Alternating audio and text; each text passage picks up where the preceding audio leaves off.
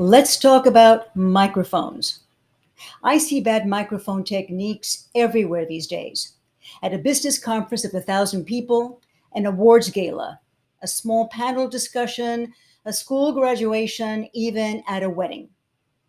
Most people are never taught how to use a microphone properly, so they keep repeating the same bad habits until someone tells them, "Hey, I could only hear every other word you said," or they watch the video. It's like bad breath. You don't realize you have it until someone tells you.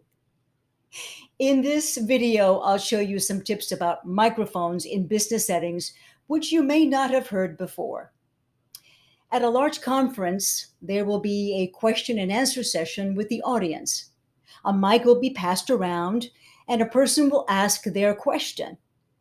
90% of the time, the questioner doesn't use the mic properly or starts yelling out the question, "I don't need a microphone. I don't need it. It's okay," before the mic reaches them. They may hold it too low or start gesturing with it like a prop.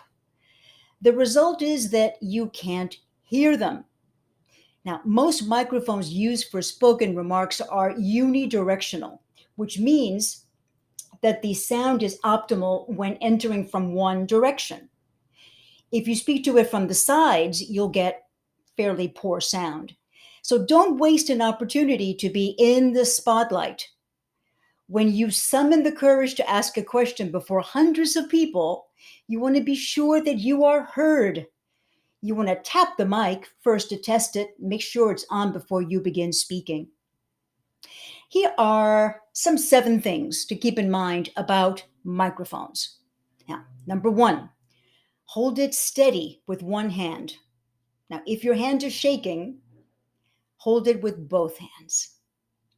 Because the mic is designed to process sound coming from one direction, the second tip is speak to it straight in line from your mouth to the top of the dome. The third tip is keep a distance of about 3 fingers, like this, or 3 to 4 inches max from your mouth to the top of the mic. The fourth tip is make sure your face isn't blocked. So place the mic just under your chin, maintaining a straight line, again, with those 3 to 4 inches distance. Now, if you must gesture, use your free hand to move your hand around to gesture, to emote, or move your whole body instead, but keep the mic locked in position when you speak. The sixth tip is speak in a natural volume. That's what the mic is for. You don't need to yell into the mic. If you're using a mic on the floor stand or attached to a lectern or a podium, the seventh tip is just adjust it to your height before you speak. Let people see your face. At an event with multiple speakers, you often see a short person speaking to a mic at their forehead. It makes for bad sound and a relatively unflattering photo capture of the event. You don't want the visual record of your important speech to feature a microphone growing out of your head. And one more thing. What do you do when your microphone fails? Let's say you're a presenter at a seminar with 100 people or less, and your microphone isn't working. Now, if you're seated at the speaker's table, my advice is to stand, to speak loudly and slowly while turning to your fellow panelists and the people in front of you in the room. Always stay composed and focused on your message.